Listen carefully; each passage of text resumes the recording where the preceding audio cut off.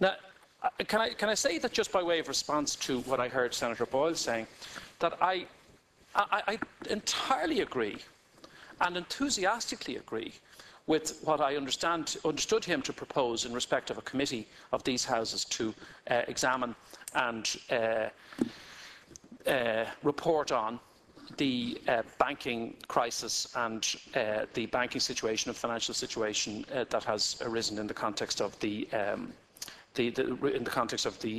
collapses of recent months and the government.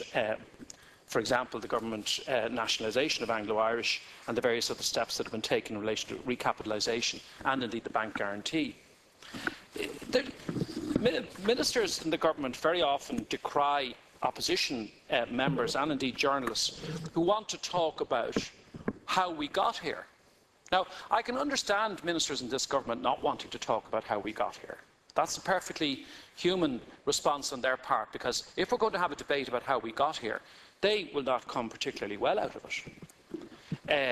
And the Minister and myself had an exchange here on the last occasion when I reminded him and reminded colleagues of then Minister McCreevy's remarks that along the lines of when I have money I spend it and when I don't I can't. And I think, in fairness to Minister Manzer, he expressed in his response to me the same level of unhappiness with that type of sentiment as in fact I expressed.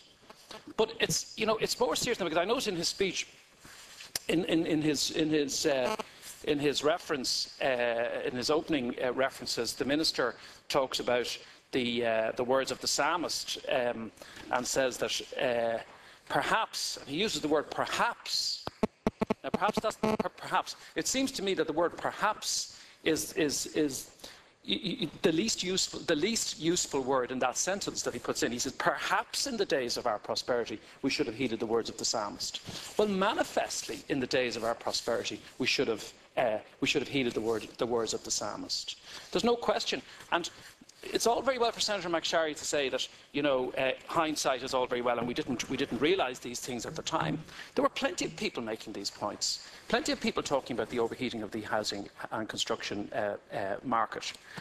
And a person of the reputation of Peter Bacon was recruited by the government to examine this issue, and brought out a report in 1999 or 2000, made a number of proposals in his report, as I recall it, calculated to essentially to take the heat to some extent out of the then madness that had ended up, that the growth in that particular sector became. And mirage of growth. It wasn't growth, it wasn't real growth at all. It was something. It was something much more approximating to a mirage. Certainly, it wasn't growth based on any productive activity that was actually occurring. As Mr. Bacon at the time suggested, amongst other things, introducing a 2% to 3% property speculators tax, which wouldn't have to be paid if the speculators signed up to various standards in accommodation and so on. He sought at the time major reform of stamp duty with staggered rates. There were changes made later, but this is back in 1999-2000, depending on whether the buyer was a first-time buyer and so on. There were signals, clear signals, by this expert economic consultant retained by the government, not a solo operator writing op-ed pieces in a newspaper. A man that was retained by the government and made it very clear at the time in what he signalled, which was that property prices were going to continue to go through the roof, and that if it wasn't brought under control, that it would cause huge difficulties down the road, which is precisely what occurred. So it's no use, Senator McSharry, anybody else coming in here and say this is all a big surprise. We could never have known, or indeed Minister Manzer seeking to persuade us that this is just something that occurred.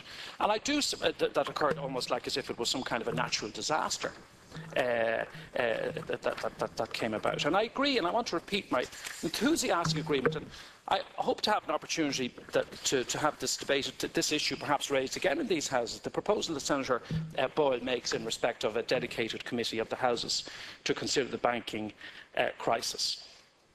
And no one can have any hope, and I think I'd have thought that the Minister, as a historian, would agree with the general proposition that it's very, very difficult for the government or the House of the Oireachtas or the Irish public or the community to buy in, and I hate that cliched phrase, but to have confidence in or to make themselves party to proposals, difficult proposals, as to whether it's cutbacks in services or pay cuts or anything else, unless there is an honest assessment made as to how, in fact, we reached the stage that we have reached. It's just not going to be good enough, and for the government simply to portray the impression or give out the impression that it'll be fine once the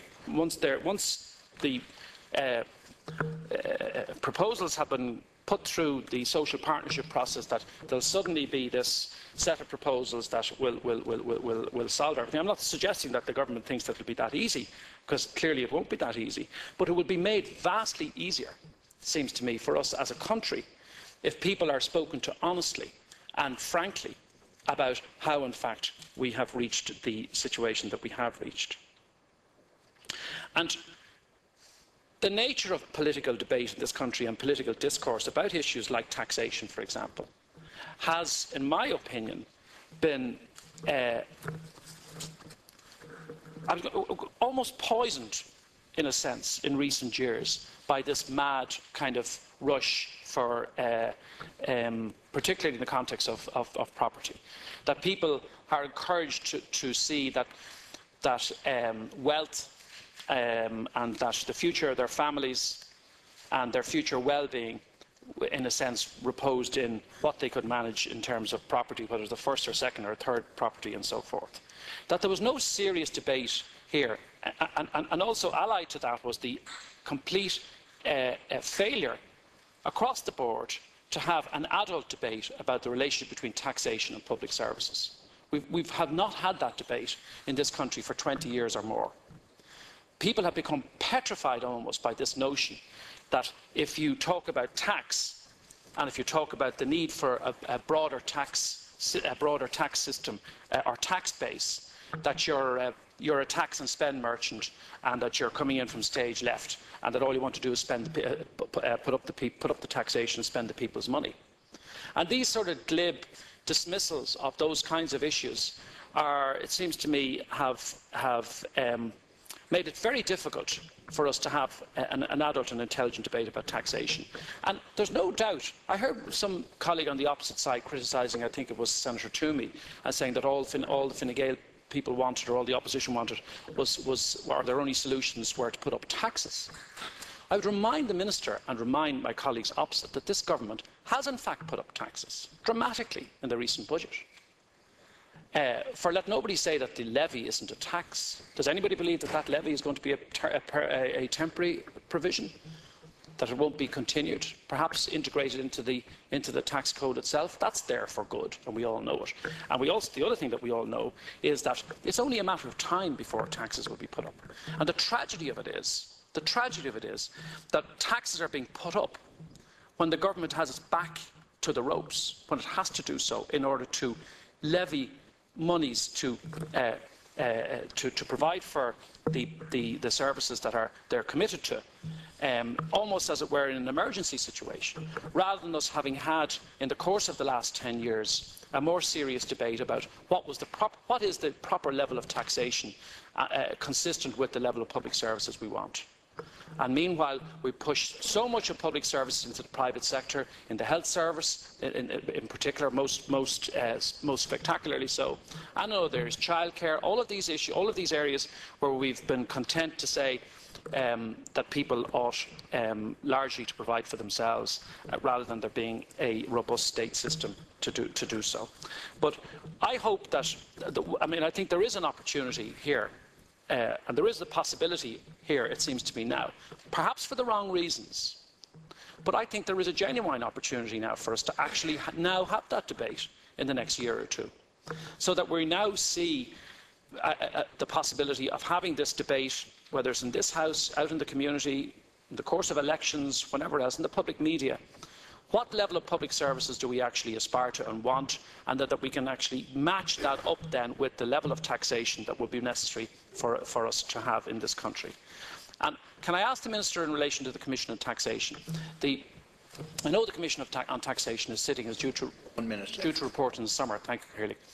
Would it not be, and I know it's complex work and so on, but there's a lot of there's a lot of pressure on at the moment. There is a big crisis. There is, the need for all of the various options to be available to the public to debate, and indeed available to these houses. Could there not be some consideration given? I ask this really as a question through you, clearly, to the Minister. Is there not at least the possibility that the report on that Commission could be brought forward, or that there could be an interim report from that Commission to assist in the debate that we now need to have on the question of tax? And of course, it was given a reasonably lengthy time frame because of the complexity of its work. But it seems to me a pity that we can't have, in fact, it seems to me impossible for us to have a truly comprehensive debate about all of these issues in relation to the economy if we have to say, oh, well, we put the tax issue off until the summer, until the Commission on Taxation reports. We all go off on our holidays and come back in September, October and table it for debate and so on.